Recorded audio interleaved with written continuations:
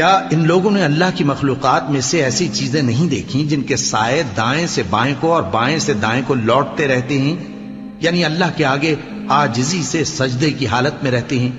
اور تمام جاندار جو آسمانوں میں ہیں اور جو زمین میں ہیں سب اللہ کے آگے سجدہ کرتے ہیں، اور فرشتے بھی، اور وہ ذرا غرور نہیں کرتے، اور اپنے پروردگار سے جو ان کے اوپر ہے ڈرتے ہیں، اور جو ان کو ارشاد ہوتا ہے اس پر عمل کرتے ہیں۔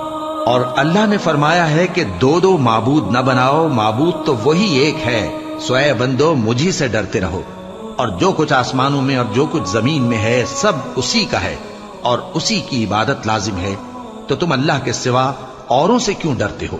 اور جو نعمتیں تم کو میسر ہیں سب اللہ کی طرف سے ہیں۔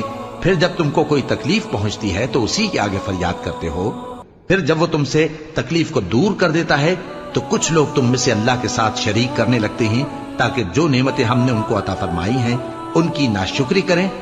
تو مشرکو، دنیا میں فائدے اٹھا لو، پھر ان قریب تم کو اس کا انجام معلوم ہو جائے گا۔